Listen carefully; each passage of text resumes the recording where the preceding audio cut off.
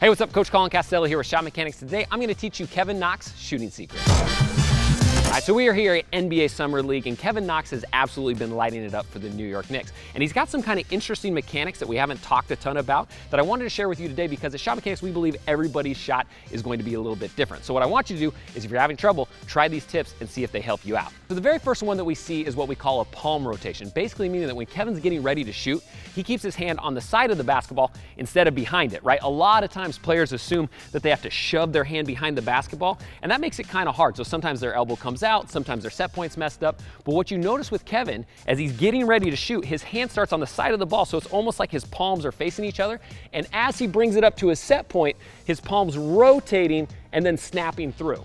Right? So his hand's never really super stationary on the basketball. As it starts on the side, comes up, it rotates, and then it snaps down through. Now, this is actually a mechanic that a lot of really good shooters use. Steph Curry uses it, James Harden uses it. And what we find is it can keep a shot much more fluid and less rigid, right? So you notice that one reason he can shoot so effortlessly is because he doesn't have to jam that wrist down behind. So if you're having trouble with your shot, try kind of changing your hand position, right? Maybe you're trying to get it behind, and maybe just even a slight shift to the back is gonna work, or maybe you wanna bring it all the way around.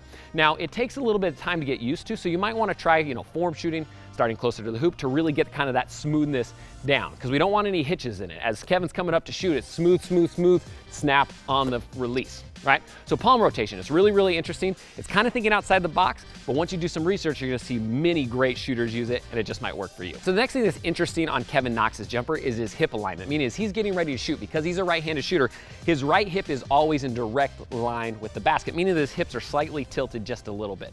Now, what's interesting about this right hip alignment is it allows the ball to stay on a straight path towards the hoop. So if you watch him shoot, he doesn't miss very many shots left to right. Mostly when he misses, it's front to back, and a lot of that has to do with his hip alignment. So what you can try to do is, anytime you're getting ready to shoot, just pretend like there's a string connected from the corner of your shooting hip. So if I'm a right hand, it's on my right hip, and it's connected straight to the rim, right? And I want to pretend like if there was a string on my left hip, it's pulling away from the rim.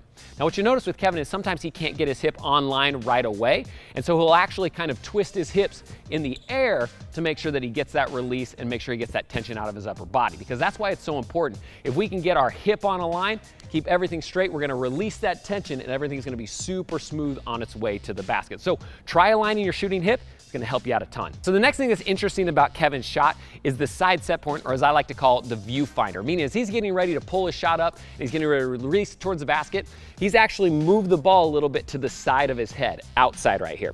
Now, this doesn't work for a ton of players, but for some players, it's really, really effective. Somebody like Larry Bird had a really kind of exaggerated side set point off to the side. Now, the key to the side set point is what we call the viewfinder. Meaning if you're gonna put the ball out to the side of your head, you need to make sure that your face isn't very obstructed by the basketball as you're coming up through. So if you notice with Kevin, he's got what we call the viewfinder, meaning as he's pulling the ball up to his set point, he doesn't keep his guide hand right here at a kind of a downward angle with his forearm. Instead, what he does is he opens it up, just kind of like Larry Bird did, where he opens it up this way, and now he's got this kind of window to see through the basketball as he's getting ready to release it, right? Because if he comes up here and he's on a side set point, as he goes to snap, everything's gonna be kind of, cutting off his vision this direction. So as he brings it up, he gets this viewfinder, elbows out a little bit, and then he drops that guide hand off so everything stays straight on the release. And because he's got the hip alignment from earlier, it's gonna stay nice and straight coming out. So, experiment with your set point. It doesn't always have to be right on the eyebrow like everybody always says it is. It can be a little left, it can be a little right, it doesn't really matter. What matters is that you can see your target and that you can get that alignment and nice and straight on the release. All right, if this video helped you out, go ahead and hit the like button, and then hit the comment section down below and let me know what sort of video you want to see next. If you're new to ShotMechanics, hit that subscribe button, and I'll see you next time. Splash on.